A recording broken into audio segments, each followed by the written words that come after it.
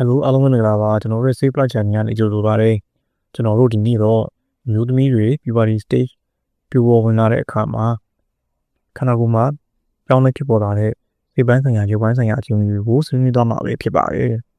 ဒီပြိုပေါ်ဝင်တဲ့အခါဖြစ်ပေါ်လာတဲ့ပြောင်းလဲခြင်းတွေအားမျိုးပွားခြင်းမှာတော့ဓာတ်ရိုက်မပါဝင်ပေမဲ့ဒီခေတ်ဘဝကနေပြီးတော့လိမ်မိုင်းဆိုင်ရာရင်းချက်မှုရှိကိုကူးပြောင်းနေပြီဆိုတော့တတိအထောက်အထားတွေပဲဖြစ်ပါတယ်ဒီကြောင်းလေးတွေကအဓိကအဖြစ်တော့ဒီ estrogen progesterone စတဲ့ဟော်မုန်းတွေလှုပ်ဆောင်မှုကြောင့်ပဲဖြစ်ပါတယ်ပထမဆုံးချက်အနေနဲ့ဆိုလို့ရှိရင်တော့ PISA-Q လို့ခေါ်တဲ့ရင်သားဖွံ့ဖြိုးပြောင်းလဲခြင်းပဲဖြစ်ပါတယ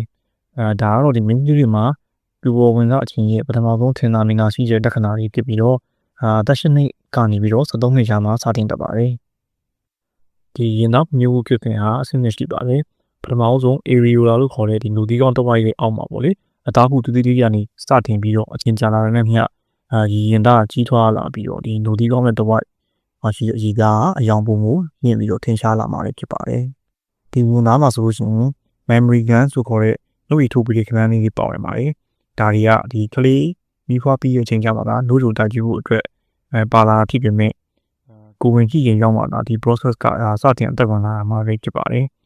ဒီ estrogen hormone ကလည်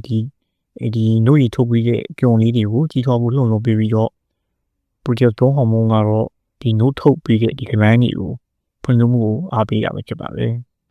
်နောက်တစ်ခုတော့ဒီ puberty လို့ခေါ်တဲ့ space ပေါ့လေဒီ stage မှာဆိုလို့ရှိရင်တော့ဒီစပင်းတွေအမွှေးငင်တွေစီးကုံမွေးတွေဂျိုင်းကားမှာဖြစ်တဲ့ဂျိုင်းမွေးတွေစတင်ပေါက်မှာဖြစ်ပါတယ်ဒီဖြစ်နေတာဆိုလို့ရှိရင်တော့ညီနာဖွံ့ဖြိုးမှုပြီးမှာပဲစတင်ဖြစ်ပေါ်လာဖြစ်တယ်ဒီ pubic hair လို့ခေါ်တဲ့ဒီစီးကုံမွေးရဆိုလို့ရှိရင်တော့အစာပိုင်းမှာပပချာချာနဲ့အယောင်ဖြစ်ပြီးတော့ညီမကိုနားတစ်ဝိုက်မှာပဲစတင်ပေါက်ရောက်လာမှာပဲဖြစ်တယ်သူအချင်းချလာတဲ့ညဒီ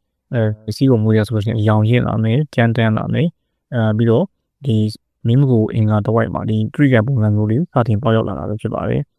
အချိန်ငင်းငင်ကြာမှာတော့ဒီဂျိုင်းကြားမှာဖြစ်တဲ့ဂျိုင်းမွေးတွေစတင်ပေါက်ရောက်လာပါတယ်ဒီအပွေးမြင့်တွေပေါက်ခြင်းက estrogen ဟော်မုန်းတစ်မျိုးကြောင့်တော့မဟုတ်ဘဲနဲ့ကြားဟော်မုန်းအမျိုးအစားဖြစ်တဲ့ဒီ androgen ဟော်မုန်းရဲ့စုံစုံမှုကြောင့်လည်းဖြစ်ပါတယ်ဒီအမွေးမြင့်ရှိနေခြင်းကဟော်မုန်းဆိုင်ရာရင်းချက်ပြီးဆိုတော့ထင်ရှားတဲ့အမှတ်အသားတစ်ခုပဲဖြစ်ပါတယ်နောက်တစ်ခုကတော့အမျိုးသမီးခန္ဓာကိုယ်ပုံမှန်တဲ့ဖွံ့ဖြိုးပြောင်းလဲမှုပဲဖြစ်ပါတယ်။ estrogen ဟော်မုန်းကဒီအမျိုးသမီးခန္ဓာကိုယ်ပုံမှန်ပြောင်းလဲရမှာအဓိကခန်းခန်းနာနေလို့ပါဝင်ပါတယ်။ပထမဆုံးအနေနဲ့ဆိုလို့ရှိရင်ဒီအမျိုးသမီးတွေရဲ့ကင်မစုံယုံတွေကားပြီးတော့ကျဲပြတ်လာမယ်။ဒီ estrogen ဟော်မုန်းကနေပြီးတော့ဒီကင်မစုံယုံကိုကြီးမားကျဲပြတ်လာအောင်လှုံ့ဆော်ပြပါတယ်။နောက်ဒီအရေပြားအောက်ကဒီ spontaneous fat လို့ခေါ်တဲ့အဆီဒီယာဆိုလို့ရှိရင်ပို့ပြီးတော့တိပိစွာတိုးလာတယ်ပေါ့လေ။ဒီအဆီဒီယာဆိုလို့ရှိရင်မျိုးသမီးရဲ့ရင်သားတင်ပါပေါင်နဲ့တစ်ဆက်စားတဲ့နေရာမှာစုကြုံနေရှိပါတယ်ဒီလိုမျိုးအစီအကိုသူရှိတဲ့နေရာတွေမှာစနစ်တကျဖြန့်ဖြူးစုပုံစီခြင်းအဖြစ်ဒီမျိုးသမီးရဲ့ချောမွေးရဲ့ကိုခန္ဓာကောက်ကြောင်းကိုဖြစ်ပေါ်လာစေတာပဲဖြစ်တယ်ဒီပြိုဝင်ရင်းပြီးဆုံးတဲ့အချိန်မှာပြည့်ညတ်အဖြစ်အမျိုးသမီးတူရဲ့ခန္ဓာကိုယ်မှာရှိတဲ့အစီရာခိုင်နှုန်းကအမျိုးသားတူရဲ့ခိုင်ပုံများနေလိမ့်ရှိပါတယ်ထို့သဖြင့်အမျိုးသမီးရဲ့ကိုဝင်ဆောင်တဲ့အခါနှုတ်တိုက်တဲ့အခါမျိုးတွေမှာဒီအစီတွေကိုအရန်စွမ်းရင်အဖြစ်အသုံးချလို့လည်းရပါတယ်။ဒီတူပေါ်ဝင်တဲ့အခါမှာလူသမီးတွေအည်ပြားဆိုလို့ရှိရင်ပုံမထူထဲလာပြီးတော့နင်းညံ့ချောမွေ့နေပြီးရှိပါတယ်။ဒီ apocrine gland ခေါ်တဲ့ trigger gland တွေကပုံမအလုံးလုံးရဒါကြောင့်မလို့ဝက်ချန်ကြီးကတူပေါ်ဝင်တဲ့အချိန်မှာပို့ပြီးတော့ဖြစ်တတ်တယ်။ဒါပေမဲ့ estrogen ရဲ့အဖက်ကြောင့်မလို့လူသမီးရဲ့အည်ပြားအမျိုးသားတွေလိုနဲ့မတူဘဲနဲ့ပျော်မြောင်းနူးညံ့နေတတ်ပါတယ်။နောက်ဒီယောက်ျားတွေနဲ့မတူတဲ့အချက်ကတော့အမျိုးသမီးတွေမှာဒီလာရန်တူခေါ်တဲ့အတန်ဟိုကတိပိကတက်မကြီးရွယ်ပြတော့မလို့ဒါကြလေးဒီမှာလိုမျိုးရုပ်ပြီးအတန်ကြောင်းလာတာမျိုးမရှိနိုင်ပါဘူးအတန်ဟိုကဆက်လက်မကြီးထွားတဲ့ကြောင်းမလို့ဒီမျိုးသမီးတွေမှာလေကြီးဆိုတာကိုထင်ထင်ရှားမမြင်ရတာပဲဖြစ်ပါတယ်နောက်တစ်ခုကတော့မီနာခီတို့ခေါ်တဲ့ယာတီတီးပေါ်ခြင်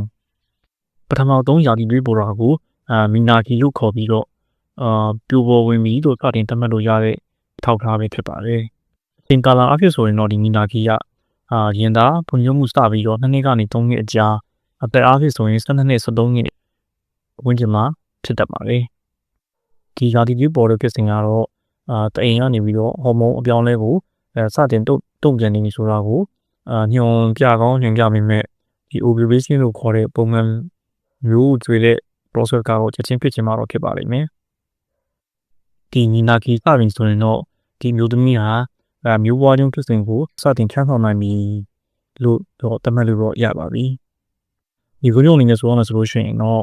ဒီပြိုပေါ်ဝင်တဲ့အချိန်မှာဖြစ်ပေါ်လာတဲ့လက္ခဏာတွေကအဓိကအဖြစ်တော့ဒီ estrogen progesterone နဲ့ androgen hormone တွေရဲ့အဖက်မှုကြောင့်ပဲဖြစ်ပါတယ်ဒီတင်မစုံရုံးတွေကားလာတာရင်သားဖွံ့ဖြိုးလာတာအမွှေးညင်ကြီးထူပြောလာတာဓာတိကဝန်းစတာစတဲ့လက္ခဏာတွေကတော့ဒီမျိုးသမီးဟာမျိုးပွားနိုင်ငံအရွယ်ကိုရောက်ရှိလာပြီဆိုတော့တတိအထောက်အထားတွေပဲဖြစ်ပါတယ်ဒီကောင်းတဲ့မှုတွေကအစာပိုင်းမှာတော့ဆိုရင်လေးကိုဖြစ်ပေါ်နိုင်နေမဲ့ဒါတွေကတဘာဝရဲ့ပုံမှန်ပြည်ဦးဖြစ်စဉ်တစ်ခုအနေနဲ့သာသဘောထားတင်ပါတယ်ဒီခန္ဓာကိုယ်ရဲ့လူခရစ်စတန်တွေတဲ့ကောင်းတဲ့မှုတွေကိုနားလည်ထားခြင်းအပြင်မိမိကိုယ်မိမိပုံမှုတန်ဖိုးထားတတ်လာပြီးတော့ဒီကာလာပိုင်းခြားကိုတီမီနဲ့ကြော်လာနိုင်မှာပဲဖြစ်ပါတယ်ဗီဒီယိုလေးကိုအဆုံးထိကြည့်ပြီးတဲ့အတွက်ကျေးဇူးတင်ပါတယ်ခင်ဗျာဒီဗီဒီယိုလေးကနေပြီးတော့အကျိုးတစ်စုံလေးရရှိမယ်ဆိုလို့ရှိရင်ကျွန်တော်တို့ရဲ့ channel လေးကို like share and subscribe လုပ်ပြီးတော့ရပါတယ်ခင်ဗျာအားလုံးပဲဘေးဆိုးကဲဆိုးပေါင်းမှကြော်နိုင်ကြပါစေကျေးဇူးတင်ပါတယ်ခင်ဗျာ